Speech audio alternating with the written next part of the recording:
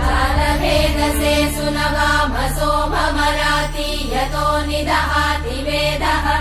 स नः पश्यदति दुर्गाणि विश्वानावेव सिन्धुम् दुरितात्यग्निः